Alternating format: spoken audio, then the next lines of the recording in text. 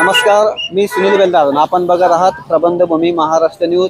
संतश्रेष्ठ निवृत्तीनाथ महाराजांच्या पालखीचं प्रस्थान पंढरपूरच्या दिशेने होत आहे आणि याच पालखीचं आगमन आता सिन्नर शहरामध्ये झालेलं आहे. आता आपण जर बघाल तर हे वारकरी संप्रदायातील जे सेवेकरी असतील या माऊली असतील या पालखी सोहळ्यामध्ये सहभाग घेऊन आता हे पंढरपूरच्या दिशेने प्रस्थान करीत आहेत.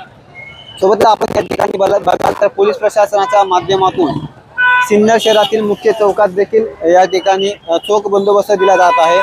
खरं तर म्हटलं गेलं तर सांगायचं म्हटलं तर खरे विठ्ठल हे म्हटलं गेलं तर हे पोलीस प्रशासनच आहे.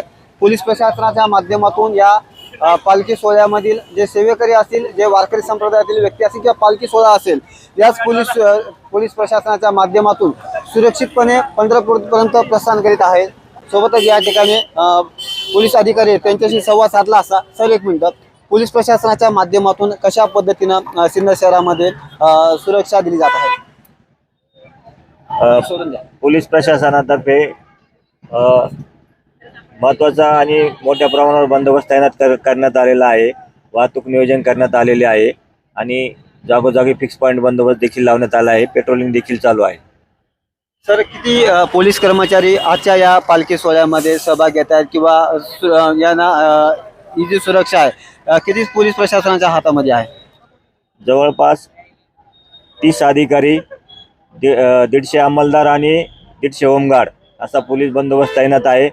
वरिष्ठ अधिकाऱ्यांचे देखील सुपरविजन सुरू आहे आणि योग्य तो बंदोबस्त तैनात करण्यात आलेला आहे. नक्कीच धन्यवाद सर दिलेल्या माहितीबद्दल. खरं म्हटलं तर पोलीस प्रशासनच खरे विठ्ठल आहेत, कारण यांच्याच माध्यमातून ही जे पालखी सोहळा आहे हा सुरक्षितपणे पार पडत असतो.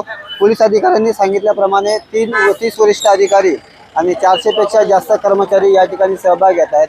या ठिकाणी काही मुली देखील आहेत, त्या देखील या ठिकाणी आलेल्या आहेत. त्या नक्की दर्शनासाठी आलेल्या आहेत का कशासाठी आल्या आहेत याचा आपण त्यांच्याशी संवाद साधणार आहोत. आजी, तुमचं नाव काय आणि गाव कोणतं? आम्ही इडलीचे भाऊशिन्नर दर्शनासाठी आलेला आहात का? दर्शनासाठी आलो. किती वाजता आले होते दर्शनाला? किती वाजले होते? 9, 9:30 झालं का दर्शन? झालं. कसा अनुभव आहे तुमचा आजचा? चांगलं आहे. चांगला. ताई, काय सांगाल, तुम्ही आज या ठिकाणी दर्शनासाठी आलेला आहात, कसा आजचा अनुभव आहे? दर्शनाचा अनुभव खूप चांगला आहे. आपल्याला तिथं जायला नाही भेटत, पण इथं दर्शन होतं आपलं. म्हणजे साक्षात विठ्ठल तुम्हाला इथे भेटून हा, जातात? इथं भेटत. किती वर्षापासून तुम्ही या ठिकाणी दर्शन घेता? आतापर्यंत 4-1 वर्ष झाले. मला हा 4था वर्ष आहे माझं. 4 वर्षापासून तुम्ही दर्शन घेतात. काय सांगाल मावशी, किती वर्षापासून तुम्ही दर्शन घेण्यासाठी येत आहेत? मी आज पहिल्यांदाच आले, पण एकदम आनंद आहे. छान आहे. दर्शनासाठी झालेला होता? दर्शन चांगले झाले. आपण जर या ठिकाणी बघाल तर हे स्थानिक आहेत, ते दर्शनासाठी आलेला होतात. आजी, तुमचं नाव काय आणि कुठून आलेला आहात? माझं नाव सुनीता सोपान उगले, पाटपिंपरीवरून आले मी. पालखी सोबत जात आहे की दर्शन? नाही, पालखी सोबत त्र्यंबकेश्वर ते पंढरपूर. त्र्यंबकेश्वर पंढरपूर. किती वर्षापासून तुम्ही पालखीमध्ये सहभाग घेत आहेत? मी 3 वर्ष पालखीत सहभागी झाले आणि 10 वर्ष असं याने बसने केलं. म्हणजे माझी वारी वर्षाची मी चुकवत नाही. अरे वा, प्रत्येक वर्ष वारी करता? वारी करते मी. म्हणजे विठ्ठलाला भेटायची आज जी आहे ती आजपर्यंत? हो, आजपर्यंत इच्छा होती त्र्यंबकेश्वर वरून जायचं होतं मला. एवढी वारी तिथून करायची होती, मग मी त्र्यंबकेश्वर वरून करून राहिले. माझी इच्छा पूर्ण करायची. आणि हा पाऊस, हातपाय दुखणं वगैरे? आनंद काहीच नाही. घरी काम केलं तर हातपाय दुखता, नाही केलं तरी हातपाय दुखता. इथं हातपाय दुखती नाही, जे दुखत होते ते पण बरे होते. अरे वा, जे दुखणं होतं ते देखील बदलून गेलं? ते पण बदलून गेलं. विठ्ठलाचं दर्शन होतं का त्या ठिकाणी जाऊन? दर्शन होत नाहीये, पण विठ्ठल त्यावेळेस वरती कळसातच असतो. सगळ्यांना कळसातूनच दर्शन देत असतो. अरे वा, मावशी तुम्ही काहीतरी म्हटलात. मावशी तुम्ही? विठ्ठल कळसातच असतो, त्याच्यामुळे पूर्ण लोकांचं सगळं जगदुनियाचं कळसातच लक्ष असतं. देवाचं पूर्ण सगळं जगदुनियावर लक्ष असतं. तुमचं किती वर्ष हे पालखी? हे 3रं वर्ष आहे. 3रं वर्ष. याच्या आधी कधी जाण्याचं योग? हो, मग 3रं वर्ष आहे ना. आणि असं काय म्हणजे काय मिळतं, पण म्हणजे यात्रा जास्त म्हणजे जे असतं, जो आनंद घेता येतो ना, तो इतर कधीच कुठंच घेता येत नाही. हा जो आनंद आहे तो याच्यातच आहे. तुमच्याकडे घोंगडी नाही किंवा काही छत्री नाही? काय सर्व आहे, पण मग आता याच्यात आहे, पण मग आपण जायचं देवासाठी. सगळं काहीच लागत नाही, सर्व देव तोच पाहुणा घेऊन. तुमचा चेहरा वेगळा आनंद दिसतोय. काय एवढा मोठा आनंद आहे तुमच्या चेहऱ्यावर? मग तो त्याचा भगवंताचा आनंद आहे, तर त्याच्यावर काय पाहिजे अजून? नक्कीच. खरं या माऊलीकडून काहीतरी शिकलं पाहिजे. त्यांचा आनंद हा सगळं काही सांगून जातो. जे सुख दुःख असतील ते परमेश्वराकडे. आपल्या हृदयातच भगवंत आहे, त्याच्यामुळे तो कुठं म्हणजे त्याचा एवढा अंत साठवण्यासारखं कुठं काही नाही, एवढा अंत आहे त्याचा. खरंच या माऊलीकडून शिकावं तेवढं कमीच आहे. जो आनंद असतो चेहऱ्यावरचा, तर खरा पूर्ण आनंद यांच्या चेहऱ्यावर असतो. आजी बोलण्याचा प्रयत्न करता. आजी घाबरू नका. तुमचं नाव काय? नाव तर सांगाल. मंदाबाई शिवाजी गायखे.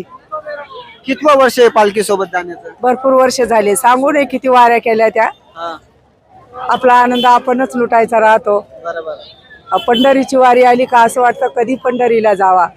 असं संपता सोहळा नावडे मनाला, लागला टकाळा पंढरीचा. आवडे मनाशी कधी एकादशी आषाढी ही.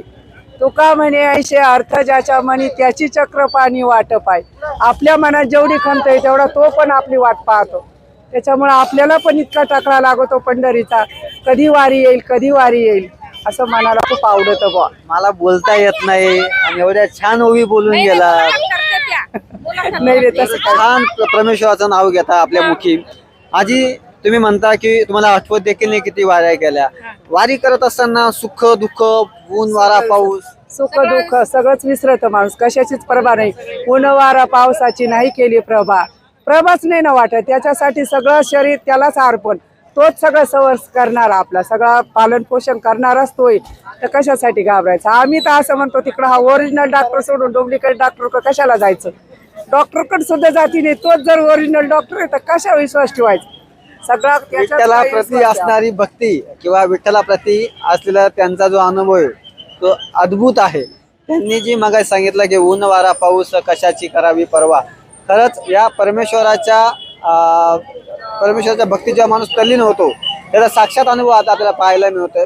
मग अशी एक माऊली होती, त्यांचा चेहऱ्यावरचा आनंद आणि या मावशीचा आनंद हा गगनात मावेनासा आहे. आणि याच आनंदाचा आपण अजून अनेक अनुभव आपण प्रबंधभूमीच्या माध्यमातून जाणून घेणार आहोत. आणि बघत राहा प्रबंधभूमी महाराष्ट्र न्यूज.